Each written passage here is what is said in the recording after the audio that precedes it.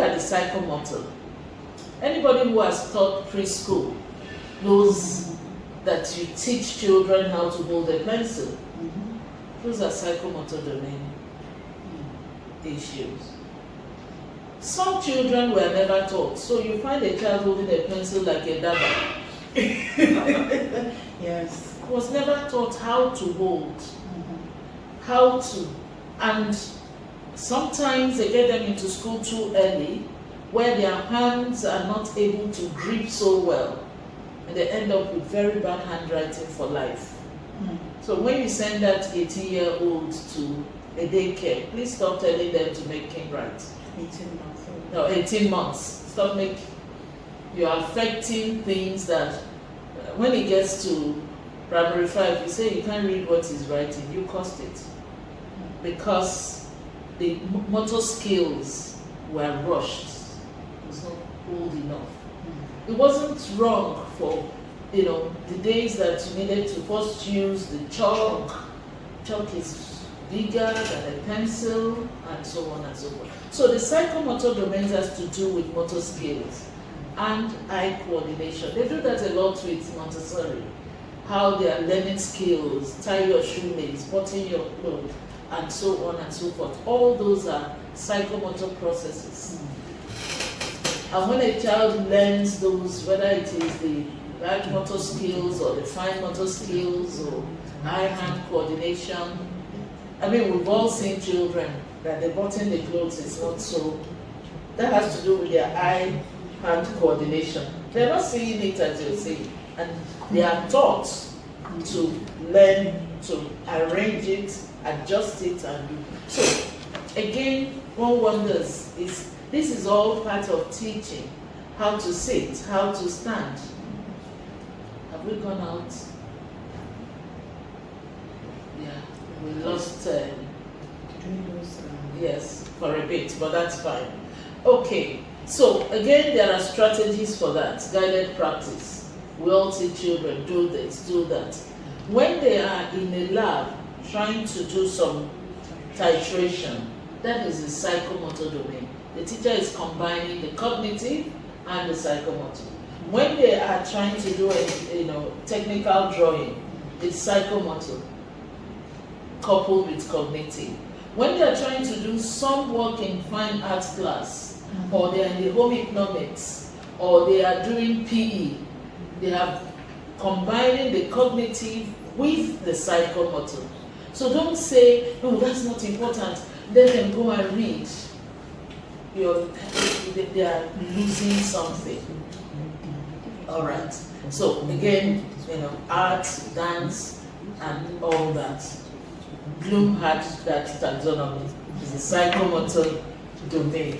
Again, you find it in reports, full reports, somewhere at the top, the bottom left, bottom right, just as a table, and teachers just tick. A lot of times it makes no meaning.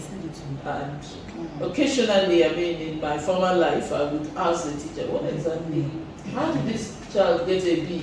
And they draw a blank because nobody gives a thought to it. Okay. And psychomotor skills are learned from imitation, practice, until they become second nature. And now we go to the big one, the cognitive domain. That's where we're talking about learning, memory, problem solving, decision making, and so on. And how do teachers take care of that? Active learning, actually ensuring that they are learning, teaching them. It could be problem based, it could be just repetition. When we talk about, when we want to say Nigerian education is not good, we say it's rote learning. But repetition is part of the cognitive process.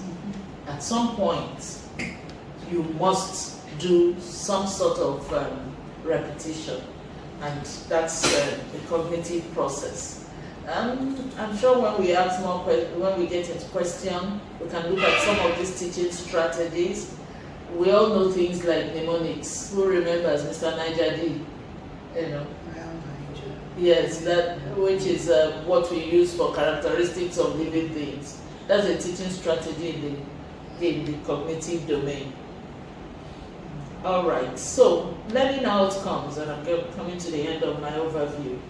So learning outcomes in the cognitive domain has to do with developing the thinking of a learner and getting them to solve problems and acquire skills for knowledge, develop their skills for knowledge acquisition. So what Bloom did was to divide this into 6 levels. And these 6 levels are also into 2 broad groups, the higher level thinking and the lower level thinking. I did mention when I was given a bit of the history of this, that in 1956 when Bloom came up with this taxonomy, you would see that the cognitive domain has at the lowest level knowledge, comprehension, application, analysis, synthesis, and evaluation. By 2001, when it was reviewed, the review started years before 2001, but eventually they came up with this. So the processes moved from noun to verbs. So instead of knowledge, we talk about remember. Instead of comprehension, we're talking about understanding. Instead of application, we're saying how do you apply this? Analysis, to analyze. Then they moved up synthesis to make it to create, and brought down evaluation into evaluate. So we now have in the verb form, remember, understand, apply, analyze, evaluate, and create. So I'll take a few minutes and talk about this. When we talk about remember, we're talking about recognizing and recalling facts. Who is the president of Nigeria?